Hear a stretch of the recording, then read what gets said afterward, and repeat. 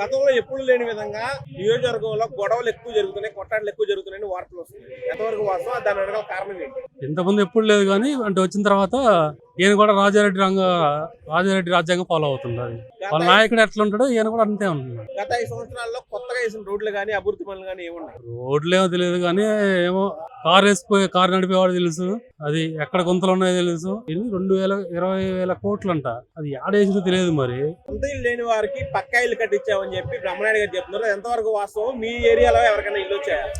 జగన్ కాలనీలని ఎక్కడ పెట్టారు ఊరు అవతల, అవి ఎంతవరకు ఇల్లుగా మారాలనేది ఎన్ని ఏళ్ళు పడితే వాళ్ళకి.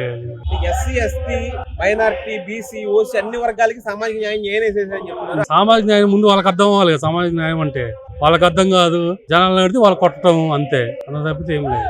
కేవలం రాజారెడ్డి రాజ్యాంగమే నడుస్తుంది అంతే. మీ ఇంటికి మేలు జరిగితేనే నాకు ఓటు వేయండి బ్రహ్మనాయుడు గారు, వైఎస్ జగన్మోహన్ రెడ్డి గారు హామీ ఇచ్చారు. మరి మీకు జరిగిన మేలు ఏంటి? మీరు ఎవరికి ఓటేస్తారు? జరిగి మేలు అంటే ఒకటి మేలు ఎట్లా అంటే ఆయన అనుకున్నట్టు మేలు ఆయన ఏమనుకుంటాం మనకు తెలియదు కదా. మేలు అంటే నేను అమ్మఒడి ఇస్తున్నాను అన్ని అంటున్నాడు కానీ కరెక్టే. సరే వీళ్ళందరూ చదువుకుంటారు, రేపు చదువుకున్న తర్వాత ఉద్యోగాలు ఎవడెత్తారు మరి? అది ఆయనకే తెలియాలి. ఉద్యోగాలు లేకపోతే మళ్ళీ ఎక్కడికి వెళ్ళాలి మరి వాళ్ళు? సంక్షేమం ప్లస్ డెవలప్మెంట్ రెండు ఒకే ట్రాక్ లో ఉంటేనే that will be good government.